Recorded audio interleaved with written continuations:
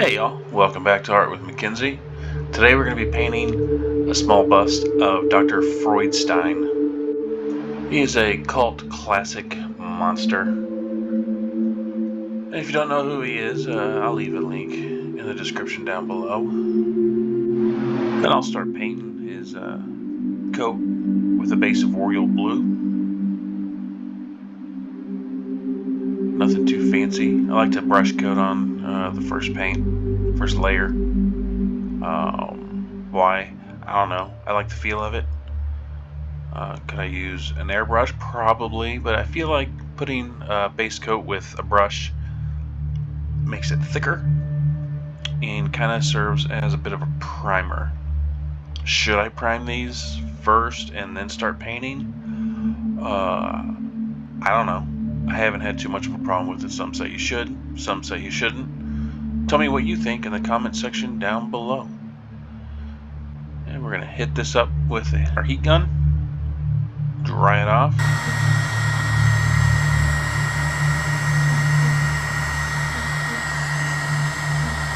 And then for the base of his face, we're going to use cork brown, and I will brush that on as well.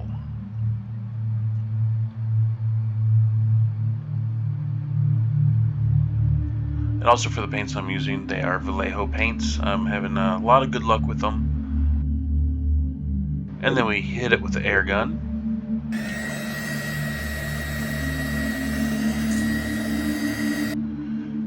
And for some detailing, we'll use royal blue, black, and flat green for his shirt. Why these colors? Because I don't want just a darker blue, because that's normal. So I throw in some flat green in there to give it, how do I put it, an off hue color. Not quite blue, not quite green,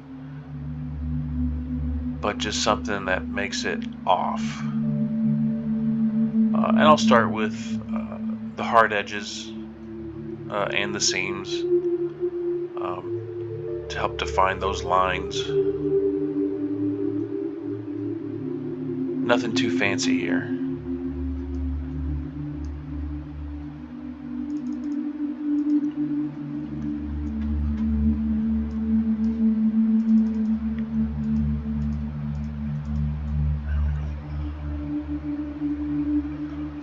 And then once I'm done with that, I'll just start randomly painting areas that feel like they need to be painted.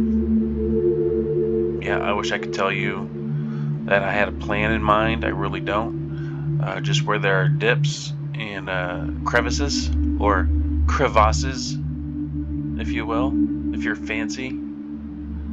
That's where I hit first. And then I spray around until it looks right. I don't quite want the entire thing to be blue, but I also don't want it to all be completely dark. So I go at it, you know, and give it its definition and character.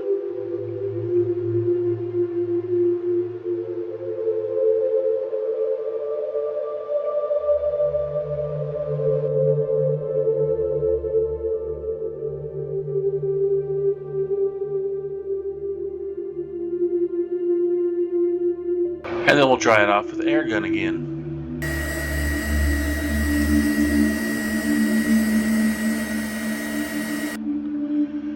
And this is where I paint on some liquid latex.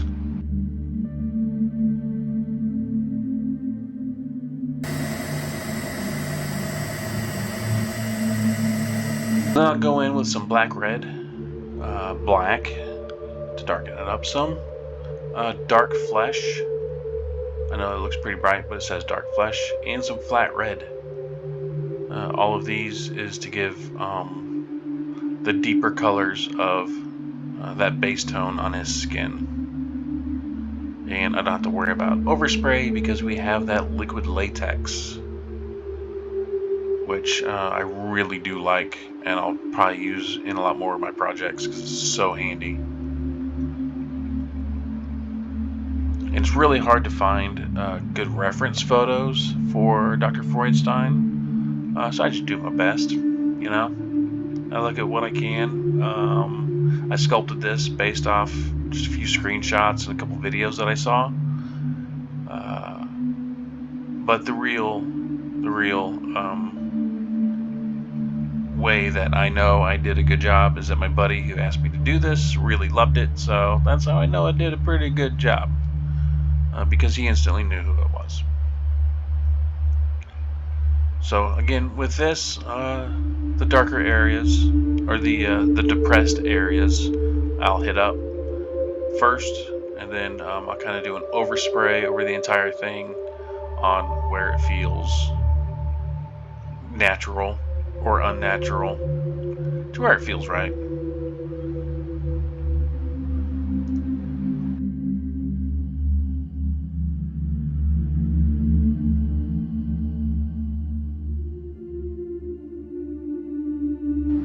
So we'll go with a cork brown and a flat brown and a flat red. And we'll do a little bit more detail work, because I want this to look leathery, you know, like those reference photos I showed you at the beginning. I do not want a natural skin texture here. I want something that looks like it's been worn out and gross.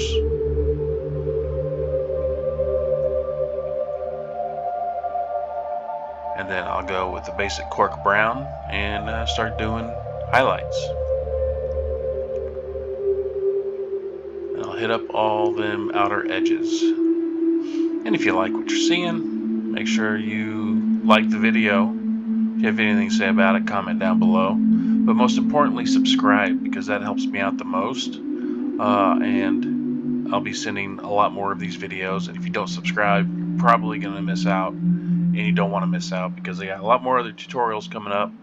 I think my next video is going to be painting a rhinoceros, which is going to be pretty cool. And I'll have a lot more videos. I know y'all like that Supergirl video where I painted skin, lifelike skin, and I'm going to have a lot more of those too. So you guys subscribe and hit that notification bell so you can see when that drops.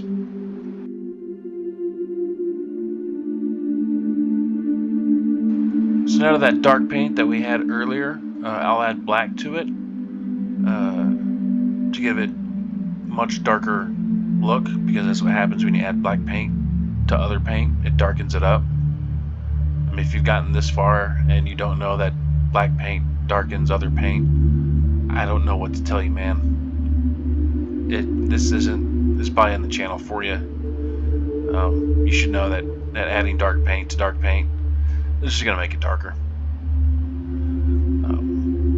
But I'll go back to the other areas where I was and really get in those depressions and low-lying areas, as it were, to give that extra detail. Because I really want the contrast on this to pop. And if there's one thing I say often, I hope, is that the best way for any of your art, whether it's painting, sketching, sculpting,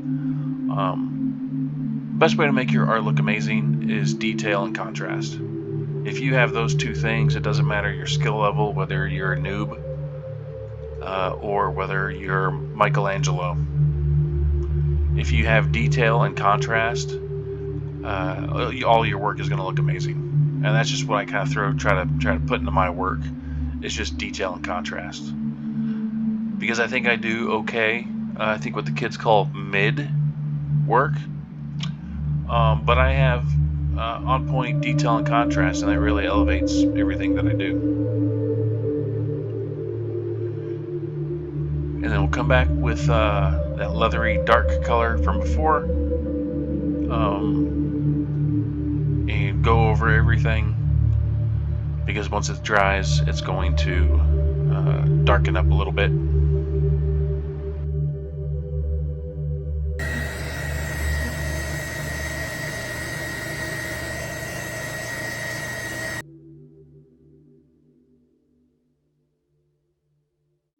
And now it's time to peel off that latex very carefully.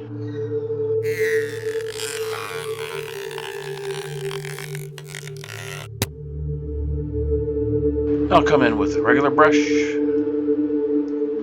and paint the finer details, like his buttons, and some of the scratches on his shirt.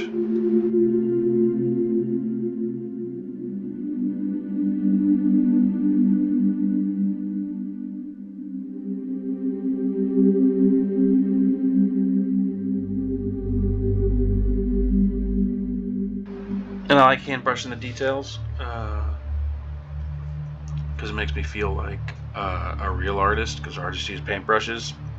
Airbrushes seem kind of too fancy, but they are so helpful and they work so well. But I still go back to using brushes because they're useful too.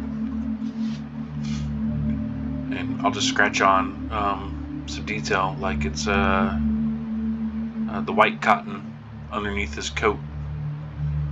And I know it's a little hard to see. I am more of an artist than a camera person, so I try to get you the best shots, and sometimes my big old ape hands get in the way, so forgive me for that.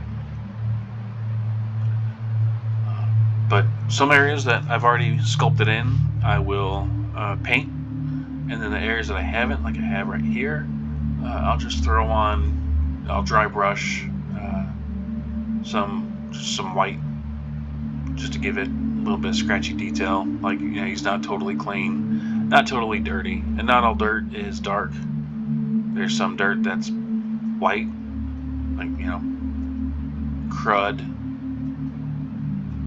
And if you like that joke, then you're an old person. If you don't understand that joke, you're probably young, and that's fine. I'll scratch, paint, rub my finger, rub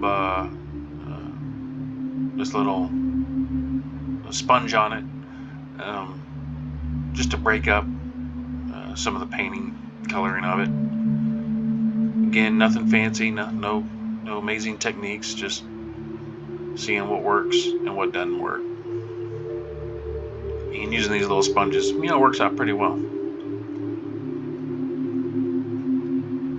And these are available on my Etsy page.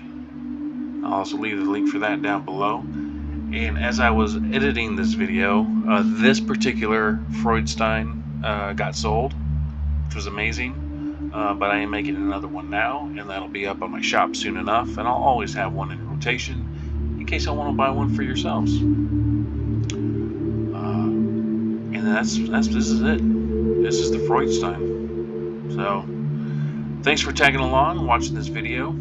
As always, like and subscribe. If you got any questions, comments, leave them down in the section down below. And I will see y'all next time.